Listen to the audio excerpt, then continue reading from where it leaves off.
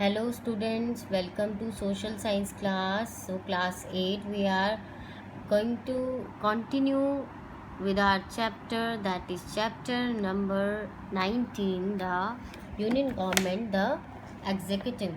So we have read till page number 22 to 3 this stanza. Okay, this much we have read in the previous video and we will start this video from this stanza, and you will get all solved question answers of this book in the description box. Go there and click on the link. So the vice president of India, after president we are reading about the vice president, उपराष्ट्रपति जिसे बोलते हैं। ये 5 सालों के लिए elect किया जाता है सेम एज प्रेसिडेंट, और by all the members. Election में पार्टिसिपेट कौन करता है?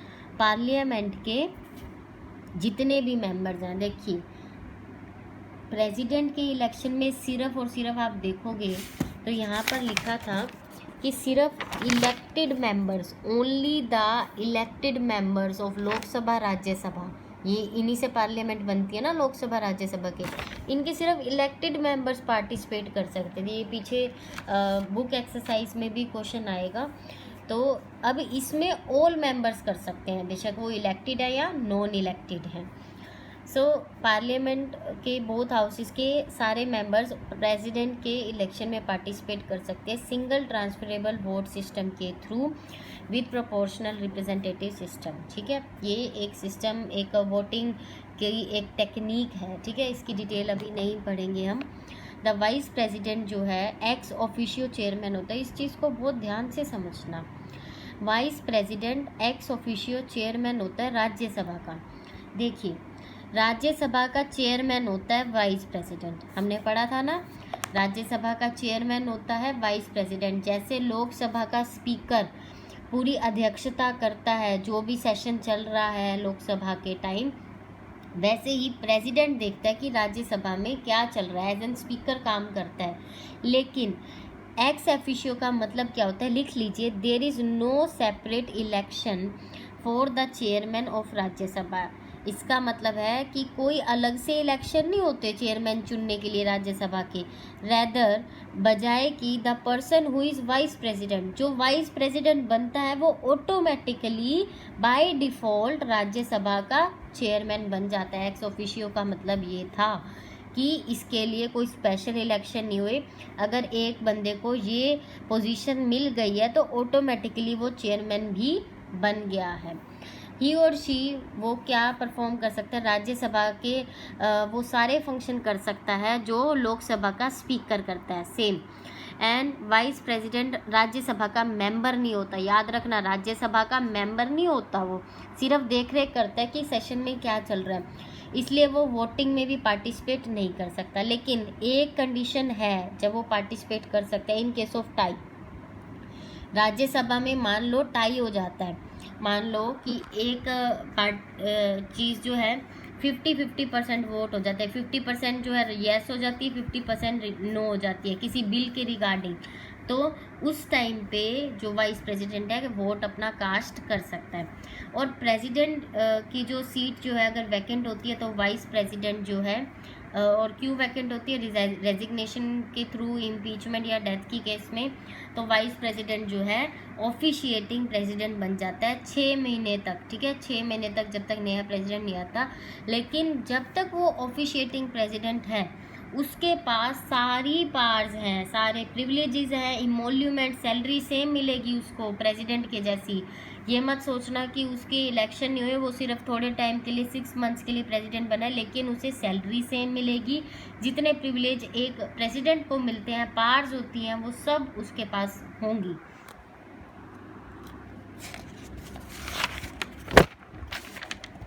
Do you no vice president is the chancellor of central universities. आपको पता है ना कि यूनिवर्सिटीज़ जो हैं 2 टाइप की होती है, एक सेंट्रल जो सेंट्रल गवर्नमेंट के अंडर होती है, एक स्टेट गवर्नमेंट्स के अंडर होती है। सेंट्रल गवर्नमेंट को के अंडर जो होती है उन्हें बोलते हैं सेंट्रल यूनिवर्सिटीज़, एंड जो स्टेट गवर्नमेंट के अंडर होती है उन्हें क्या बोलते हैं, स्टेट यूनिवर्सिटीज़। सो जो सेंट्रल यूनिवर्सिटीज़ हैं उनका चांसलर का मतलब होता है हेड, लीडर, मुखिया। कौन होता है, वाइस प्रेसिडेंट होता है। और सेम जो गवर्नर है, हर स्टेट में एक गवर्नर होता है ना, तो वो स्टेट यूनिवर्सिटीज़ का चांसलर होता है। अब हम पढ़ने वाले हैं यूनियन काउंसिल ऑफ मिनिस्टर्स। बहुत बार आ चुका है ये, अब इसके बारे में पढ़ना बहुत ज़रूरी है और इसको ध्यान से समझना। बच्चे बहुत कंफ्यूज हो जाते हैं यूनियन काउंसिल ऑफ मिनिस्टर्स में, ठीक है, कि ये क्या है। कॉन्स्टिट्यूशन ऑफ इंडिया के अकॉर्डिंग काउंसिल ऑफ मिनिस्टर्स, जिसको प्राइम मिनिस्टर हेड करता है, ठीक है, ऐसी काउंसिल ऑफ मिनिस्टर्स होती है जिसको कौन करता है, लीड कौन करता है, प्राइम मिनिस्टर। और वो काउंसिल ऑफ मिनिस्टर्स क्या करती है, एड मतलब हेल्प करती है और एडवाइस देती है प्रेसिडेंट को। ये पीछे फिलिप्स में भी आएगा, ठीक है। एडवाइस देती है और हेल्प करती है प्रेसिडेंट को किस चीज़ में, अपनी फंक्शंस जो है उसको एक्सरसाइज करने में। कोई सलाह मशवरा करना है तो यही यूनियन ऑफ मिनिस्टर्स काम आते हैं प्रेसिडेंट को। काउंसिल ऑफ मिनिस्टर्स में जो लोग हैं वो रिस्पॉन्सिबल हो जाते हैं कि लोअर हाउस में, पार्लियामेंट में, जिसे हम लोकसभा बोलते हैं, उसमें जो कुछ भी हो रहा है, उसमें जितने इलेक्शंस हो रहे हैं, ठीक है, वो कौन करता है, काउंसिल ऑफ मिनिस्टर्स। अब काउंसिल ऑफ मिनिस्टर्स में ध्यान रखना, 3 बॉडीज़ हैं। काउंसिल ऑफ मिनिस्टर्स में प्राइम मिनिस्टर भी आ रहा है, कैबिनेट मिनिस्टर्स भी आ रहे हैं। जैसे जो नेशनल जो हमारी यूनियन गवर्नमेंट है, सेंट्रल गवर्नमेंट है, उसके जो मंत्रिमंडल है, जैसे अब शिक्षा मंत्री है, और आप लगाओ कि सेफ्टी एंड डिफेंस मिनिस्टर है, रक्षा मंत्री हैं जो कि राजनाथ जी हैं, और जो होम मिनिस्टर हैं ये अमित शाह जी हैं। तो ये सब कैबिनेट मिनिस्टर्स हैं। स्मृति ईरानी जी है, हैंडलूम मिनिस्टर हैं, ठीक है। और मिनिस्टर्स ऑफ स्टेट, अब स्टेट के जो है अलग मिनिस्टर होते हैं, आपको पता है। जैसे हरियाणा स्टेट है, इसका एजुकेशन मिनिस्टर अलग होता है, वो चीफ मिनिस्टर हेड करता है। तो वो मिनिस्टर जो स्टेट के हैं, कैबिनेट के हैं और प्राइम मिनिस्टर है, ये तीनों किस में आ रहे हैं, काउंसिल ऑफ मिनिस्टर में। अब काउंसिल ऑफ मिनिस्टर जो है उसकी कंपोजिशन कैसे स्टार्ट होती है। सबसे पहले अपॉइंटमेंट किसकी की जाती है, प्राइम मिनिस्टर की। सबसे पहले कौन अपॉइंट होता है, देखिए जब बीजेपी सरकार आई थी मोदी जी की, सबसे पहले अपॉइंटमेंट लेटर किसको मिला था, प्रधानमंत्री को। प्रधानमंत्री की पोजीशन पे श्री नरेंद्र मोदी जी को नियुक्त किया गया। उसके बाद प्रेसिडेंट और प्राइम मिनिस्टर ने सलाह मशवरा करके किनको अपॉइंट किया, कैबिनेट मिनिस्टर्स को। तो सबसे पहले प्राइम मिनिस्टर प्रेसिडेंट के द्वारा जो है अपॉइंट किया जाता है, फिर अदर मिनिस्टर्स आर अपॉइंटेड, उसके बाद किए जाते हैं। प्रेसिडेंट करता है, अपॉइंटमेंट लेटर देते हैं, लेकिन प्राइम मिनिस्टर जो बोलता है वही अपॉइंट होते हैं। आपको पता है ना, ये रियल एग्जीक्यूटिव है, वो नॉमिनल है। कोई फिक्स्ड क्वालिफिकेशन नहीं है कि आपको कैबिनेट मिनिस्टर होने के लिए इतनी पढ़ाई करी हुई होनी चाहिए, लेकिन आपको पार्लियामेंट का मेंबर जरूर होना चाहिए। पार्लियामेंट में मेंबर होने का मतलब है आप राज्यसभा के भी मेंबर हो सकते हो, आप लोकसभा के भी हो सकते हो। लेकिन आपको अपॉइंट कर दिया गया और आप नॉन मेंबर हो, आप अभी तक मेंबर नहीं बने हो पार्लियामेंट के, लेकिन आपको कैबिनेट मिनिस्टर में चुना गया है, तो आपके पास एक कंडीशन होती है कि आपको 6 महीने के अंदर जो है पार्लियामेंट में अपनी सीट जो है पक्की करनी है, नहीं तो आपको कैबिनेट मिनिस्टर से हटा दिया जाएगा। ठीक है, ये प्रॉपर इस लाइन में लिखा हुआ है। सीज का मतलब होता है एंड करना, हटा देना। अब जब प्राइम मिनिस्टर को अपॉइंट कर रहे होते हैं, प्रेसिडेंट हैज़ नो चॉइस और डिस्क्रिशन, तो while appointing prime minister, president के पास कोई चॉइस मतलब फ्रीडम या पावर नहीं होती। Normally leader of the majority party, तो लोकसभा में जो भी सीट इलेक्शन जो जीती है जो पार्टी है, वो क्या है, वो प्राइम मिनिस्टर खुद से अपॉइंट मतलब बताती है कि भी ये हमारी तरफ से प्राइम मिनिस्टर होंगे। अगर सिंगल पार्टी जो है, ये ध्यान से सुनना, कोएलिशन गवर्नमेंट का मतलब हम पढ़ने वाले, मान लो बीजेपी इलेक्शन नहीं जीती, लेकिन उसने किसी के साथ टाई अप कर लिया, गठबंधन जिसे आपने न्यूज़ में सुना होगा, टाई अप कर लिया, तो अब वो दोनों मिलके एक सरकार बना चुके हैं। जैसे अब मैं हरियाणा की बात करूं, हरियाणा में जो है बीजेपी नहीं जीती थी जब इलेक्शन हुए थे अभी, तो जो सीएम, लेकिन उन्होंने जेजेपी वालों साथ टाई अप कर लिया, ठीक है, जेजेपी वालों साथ टाई अप कर लिया, और उन्होंने क्या किया कि ये डिसाइड किया सीएम जो है बीजेपी से हो जाएगा, जो कि अब है श्री मनोहर लाल खट्टर जी, और जो डिप्टी सीएम है वो जेजेपी से हो जाएगा, ठीक है, वो जो चौटाला जी हैं, ठीक है। सो नॉर्मली द लीडर, हम कहा थे, in case no single party gets the clear majority, अगर किसी को क्लियर मेजोरिटी नहीं मिल रही तो जो द लीडर ऑफ 2 और मोर पार्टीज वो क्या है, कंबाइन कर लेते हैं और एक अलायंस, एक समझौता कर लेते हैं कि हम मिलके सरकार बनाएंगे, ठीक है। और प्राइम मिनिस्टर, और वो तो आपको मैंने एक एग्जांपल दिया था स्टेट लेवल पे, ये अब नेशनल लेवल पे बात हो रही है, 2 पार्टी मिलके सरकार बनाती है जिनमें से प्राइम मिनिस्टर और गवर्नमेंट बनाई जाती है, इसको हम क्या बोलते हैं, कोएलिशन गवर्नमेंट बोलते हैं। काउंसिल ऑफ मिनिस्टर जो है इकट्ठे मिलके काम करती है, सभी मिनिस्टर रिस्पॉन्सिबल हो जाते हैं एक दूसरे के डिसीजंस और एक्ट्स के रिगार्डिंग। अब मान लो ये जो कैबिनेट काउंसिल ऑफ मिनिस्टर्स हैं, अगर कुछ काम गलत होता है तो ये सब रिस्पॉन्सिबल हो जाते हैं, प्राइम मिनिस्टर, कैबिनेट मिनिस्टर और मिनिस्टर ऑफ स्टेट, इन सब की रिस्पॉन्सिबिलिटी आ जाती है, इस स्टेंजा में ये लिखा है। So all the ministers swim and sink together, मतलब तैरेंगे तो इकट्ठे तैरेंगे, सिंक मतलब डूबना, डूबेंगे तो इकट्ठे डूबेंगे, और इसको हम क्या बोलते हैं, कलेक्टिव रिस्पॉन्सिबिलिटी। ये आपके पीछे फिलअप्स पे भी है, ठीक है, बुक एक्सरसाइज में। डू यू नो तो हमेशा इंपॉर्टेंट होती हैं। The cabinet and council of minister are not same bodies, ये बहुत ध्यान से समझना। देखिए कैबिनेट और काउंसिल ऑफ मिनिस्टर सेम नहीं है। काउंसिल में आपके पास cabinet minister, council of minister wide term है, जिसका कैबिनेट एक पार्ट है सिर्फ, cabinet minister, minister of state, जिसमें डिप्टी मिनिस्टर्स भी आ रहे हैं, लेकिन कैबिनेट मिनिस्टर जो है उसमें मिनिस्टर्स जो है वो who are influential and important members of the party, वो सारे मेंबर्स होते हैं कैबिनेट में जो इम्पोर्टेंट मेंबर होते हैं।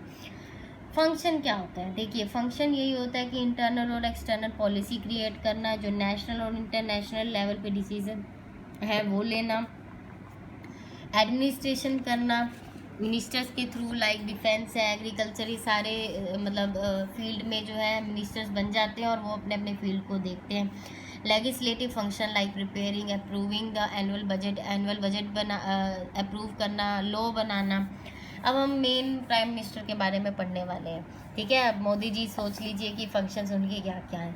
प्राइम मिनिस्टर जो है प्राइवेट मतलब इम्पोर्टेंट पार्ट है, और पूरा एडमिनिस्ट्रेशन जो है उनके आगे पीछे ही घूमता है। हेड ऑफ द गवर्नमेंट होते हैं, head of the government prime minister, और हेड ऑफ द स्टेट मैंने बताया था कौन होता है, प्रेसिडेंट। प्राइम मिनिस्टर पास रियल पावर्स होती हैं, और मेन पावर्स क्या है, council of ministers banana, meeting cabinet की और काउंसिल ऑफ मिनिस्टर्स की मीटिंग जो है वो होल्ड करना, कोऑर्डिनेट करना वेरियस डिपार्टमेंट्स को, लाइक मैंने आपको बताया एजुकेशन डिपार्टमेंट है, होम एंड मिनिस्ट्री अफेयर्स है, और फॉरेन डिपार्टमेंट है, ठीक है, उन सबको कोऑर्डिनेट करना। टू एडवाइज द प्रेसिडेंट को एडवाइस देना कि किसी को लीगल ऑर्डर भेजना है, अगर सेशन लोकसभा या राज्यसभा का डिसकंटिन्यू करना है, प्रोरोग मीन्स डिसकंटिन्यू, लोकसभा जो है उसे 5 साल की अवधि से पहले डिसॉल्व करना है, मतलब भंग करना है। और प्रेसिडेंट को सलाह देना, लाइक अपॉइंटमेंट्स हो रही है चेयरमैन ऑफ यूपीएससी आपको पता है ना, सिविल सर्विसेज का सबसे मेन एग्ज़ाम लाइक होता है सिविल सर्विसेज में जो लोग होते हैं, तो इसका चेयरमैन आज के टाइम में 2020 में Arvind Saxena ji. Auditor general of India, auditor की बात हम कर चुके हैं पहले, कंट्रोलर एंड ऑडिटर, ठीक है। एम्बेसडर होता है रिप्रेजेंटेटिव, प्रतिनिधि, ठीक है, जो बाहर आपके देश को रिप्रेजेंट करता है, लाइक इंडिया को रिप्रेजेंट करने वाले बहुत सारे एम्बेसडर्स हैं। अब यूएस का अलग होगा, माने यूनाइटेड स्टेट्स ऑफ अमेरिका का इंडिया की तरफ से प्रेसिडेंट अलग है, और जितने भी देश हैं सबके एम्बेसडर्स बनाए गए हैं। तो एम्बेसडर अगर मैं एक की बात करूं, अब इस टाइम पे यूएस से यूनाइटेड स्टेट्स ऑफ अमेरिका का एम्बेसडर कौन बनाया गया, तरनजीत सिंह संधू जी बनाए गए हैं, ठीक है, इंडिया से। जो अमेरिका जाते हैं तो इंडिया के बिहाफ पे बातचीत करते हैं, एम्बेसडर मतलब रिप्रेजेंट करते हैं। To act as a link between president and cabinet, अब कैबिनेट और प्रेसिडेंट के बीच का लिंक कौन होता है, prime minister. And as a leader of the party का लीडर होने के नाते मैक्सिमम वेट जो है, ठीक है, अपने ओपिनियन का रखता है, पार्टी के डिसीजन जो है लेता है, पॉलिटिकल और इकोनॉमिक इश्यूज में अपना वैल्यू दिखाता है, और parliamentary form of government prime minister जो है सबसे इम्पोर्टेंट पोजीशंस होती है, ठीक है, और इसके पास बहुत सारी पावर्स होती है। फटाफट से बुक एक्सरसाइज जो है अब हम करेंगे। फर्स्ट का आंसर है ए, सेकंड का डी, थर्ड का आंसर है डी, फोर्थ का आंसर डी, फिफ्थ का बी, एंड फिलअप्स आप लिख लीजिए। Nominal, real, impeachment, aid, advice, collective responsibility, single, transferable, and first का आंसर है फॉल्स। फॉल्स इसलिए क्योंकि ये प्रेसिडेंट का नाम लेना भूल गया। फॉल्स इसलिए राजेंद्र प्रसाद री इलेक्ट हुए थे। ट्रू ट्रू ट्रू, ठीक है। और ये हाँ, यहाँ पर आपको बताना है इलेक्टेड आ गया ना, इसलिए ये ट्रू। अगर ऑल द मेंबर्स आ जाते फिर ये फॉल्स हो जाता। अभी इलेक्टेड की बात हो रही है तो ट्रू है। सो like the video, subscribe the channel and press the bell icon. Thank you so much.